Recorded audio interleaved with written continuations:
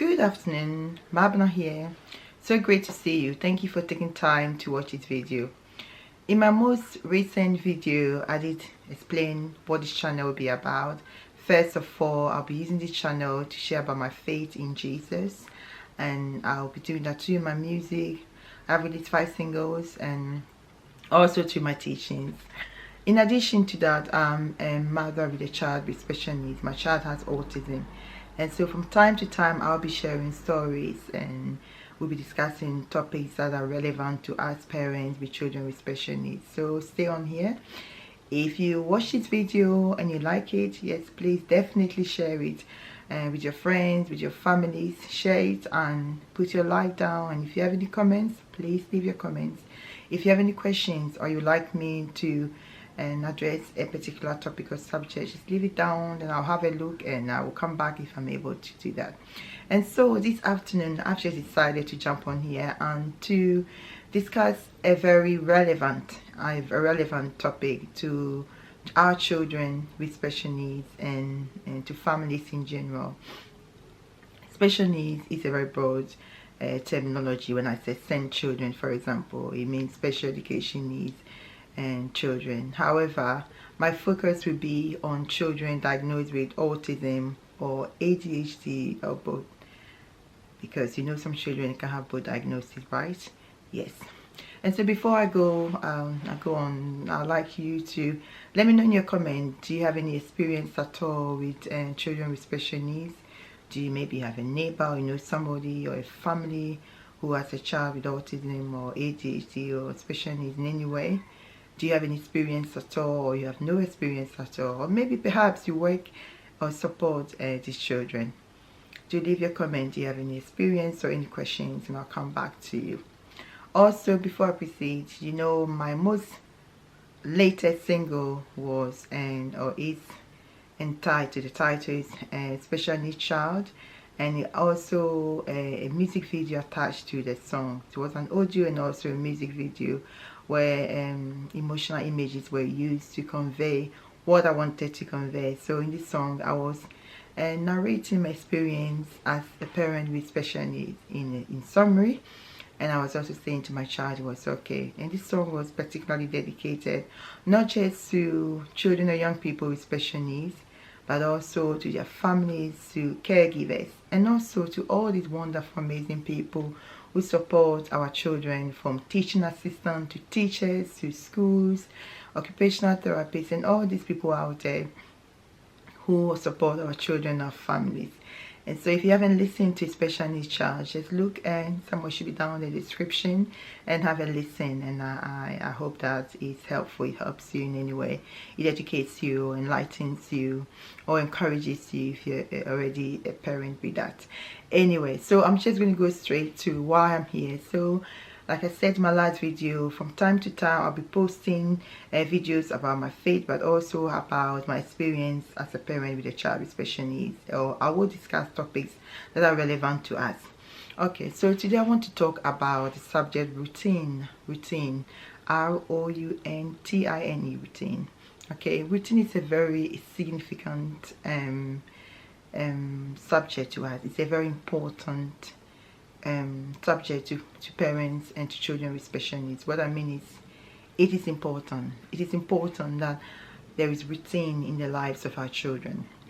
You see, when our children have a diagnosis of autism or ADHD, their broader or the main feature with our children is that they have difficulties with communication and difficulties with interacting with the world. That's the main feature. Okay, that's the main feature.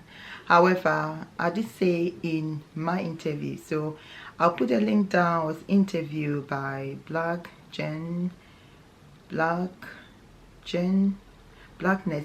I'll put the link below so you should find what I'm talking about. And I was put on the spot and I was interviewed and about my experience as a SEND parent. And I did say in the interview that no autistic children are the same, no ADHD children are the same. Okay, even though the main feature, the most common feature that we will identify with these children is communication and lack of social interaction. None of them are the same. Some have other diagnoses and other issues. Okay, so I want to talk about routine. Like I said earlier on, routine is important to us. It's important to our children and to our families as in general. And the reason is because, for example, I can come and speak about my child, but what I might say might be different from your child. But normally our children, because they lack communication or they are unable to really communicate, okay, having said that, there are some children who are fluent in the language. They speak, no problems. But when it comes to understanding or when it comes to processing, they have difficulties. Some actually understand, but then when it comes to interacting with the world, when it comes to social skills, for example, playing in a group and understanding other children and reacting the way it's appropriate for them to react, they struggle. And so other children will say, oh, this child is a bit weird. You know, he didn't express sympathy when our friend said this. It wasn't because he's weird. It's because he doesn't understand that he needs to react that way. Okay, so some children are very good, fluent, they can speak, but when it comes to social interaction, we'll find them difficult. We will find their behavior a bit challenging. We use those negative words, challenging behavior. That's what we use, but we shouldn't really use those behaviors. Anyway, so routine is important. For example, my child can make simple requests and he will repeat words that he's already learned. Okay, so my child knows when you say, how are you? He knows the answer will be, I'm doing all right, or I'm okay, or he will just probably repeat, how are you? So there's some basic requests he can make. However, broadly, there are a lot of requests he's not able to make. Okay, and so for him, routine is really important because they need to be able to predict what the next is. My child goes to a special needs school and they use the now and next card, which is really helpful for him. It means that it reduces any anxieties. Put yourself in a country where you don't speak their language at all. You need them to at least have an idea what's happening next, right? So when they show you pictures, we're doing this next, we're doing that, at least you have an idea, you can manage your expectation. So that's what happens with our children. Predictability is important for them. Warning them is important.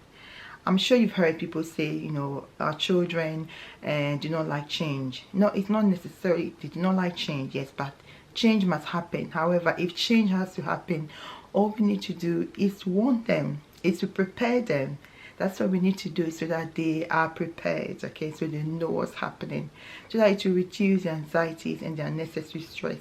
Because when they are stressed and they are worried and they are frightened, they will find other means to communicate, by rebelling, by saying no, by even lashing out. And then what we will see will be the behavior.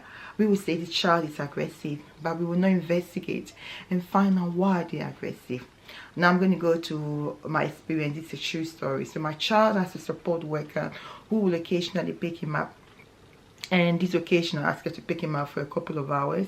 She's brilliant, she's amazing. We are so blessed and lucky to have her. And then she took him as usual, and there was a change of plan. Okay, so normally she'll bring him back home, but I had to go and wash my car. So normally I'll take my car to a car wash which is very close to a friend of mine, and I'll take my books. And so I'll leave the car and I'll stop at my friends and do a bit of work to maximize the time, right? So I called my friend, she was okay, she wasn't working, I wasn't working as well. So yes, I went, I took my car, and then when I got there, I contacted the support worker and said, you know what, when you finish, I'll not be home, so bring him to my friend's address. So I gave her the address, the postcode and everything. She said that's fine, we should finish the next 5 minutes, so we'll be on our way. Then when I hung up the phone, I remembered, oh no, I need to tell her, to tell him that she would not be taking him home, because I needed been a change, so he would struggle. But when I called her, I think she was preparing him, so she didn't answer. So I texted her and said, please, can you make sure that you tell him that you're bringing him to Auntie Steve's house? He knows my friends as well. I'm not sure that she saw it or not. So said 7 minutes afterwards, she knocks on the door and said, we are here, but he won't come out of the car. Okay, that's a bit odd. So my friend and myself, we come out and then we go to him, and for 5 minutes we try every strategy. He said no. My child looks frightened, upset, worried. That was the look on his face. We tried everything. I even tried to pull him. No, no, no, no, no, no. And he tried to even lash at me, which is understandable because no, I was forcing him, which I shouldn't. No. And then for 5-6 minutes we tried, nothing was working. So I asked the support worker, could she take him home and I'll just grab my car and I'll follow. She said that's fine. So I took my car. When I got home, they were waiting at the door. So I asked her, what happened? How come he's out of your car? She said, as soon as we came home, he said, now you can go home. He came out of the car and then just waiting at the door for you to open. Then I asked her, did you see my text after I spoke to you? I asked you to tell him that you're not taking home this time. She said, no, I didn't. I said, oh, that explains it. Why then? It's because normally when you pick him up, where do you take him? Back home. There's been a change of routine. You take him this time to a stranger or somebody else's house. And you didn't tell him. Not a fault. I'm just saying, just writing to Lady. She didn't see my text, so it's not a fault. But I'm saying, so in his mind, you take me home, you're taking somewhere else. It was my neurotypical child, my other child who has got no autism. He would have asked, where are we going? You know, where are we going? But he couldn't ask that. He couldn't ask the support worker, where are you taking me to? You always take me back home, you finish, but you're taking me somewhere else. Where are we going? He couldn't ask that. And even though she brought him to my friend's house and I was there and I was getting him a car, I said, no, in my head, anytime I finish with her, she takes me home. So if she had warned me and showed me pictures, now that we finish, next we're going to Auntie Steve's house, then he would have understood. He would have been prepared. He was not prepared. And so when we tried to get him out of the house, if there was anyone looking on, there was anyone observing, what would have the person's opinion? The person would have said, oh, look at this autistic child in that car. 3 ladies are trying to get him out of the car. He's fighting them back. These children are so aggressive. That is what society sees. We see the behavior. We don't question the behavior. In the interview, in the Black Net Chain, forgive me, interview, I said to him that the moment you're diagnosed or your child is diagnosed with autism or ADHD, you become a detective. You must ask why. As many times as possible, ask why. If there is a behavior, there is a change, you need to ask why. You turn into and you must investigate. So you must question why. And so, have you had any experience at all? Maybe you have a family member or a child or somebody who also has autism or ADHD or is a special needs child, or do you know anyone where you are aware that routine was important? Routine is very important to us. We live by it. We stick to routine. Were you aware before listening to this video that it's important that we prepare our children? Leave your comment if you are. If you have any questions or you would like me to talk on a particular subject, just leave it down and I'll have a look and see if I'm able to. Don't forget this channel. First of all, I share about my faith through my music and my teaching, and I also share about my experience as a mother with special needs. Thank you for taking time to listen. Please share, leave your comments, leave your questions, and I will see you in the next video. Thank you.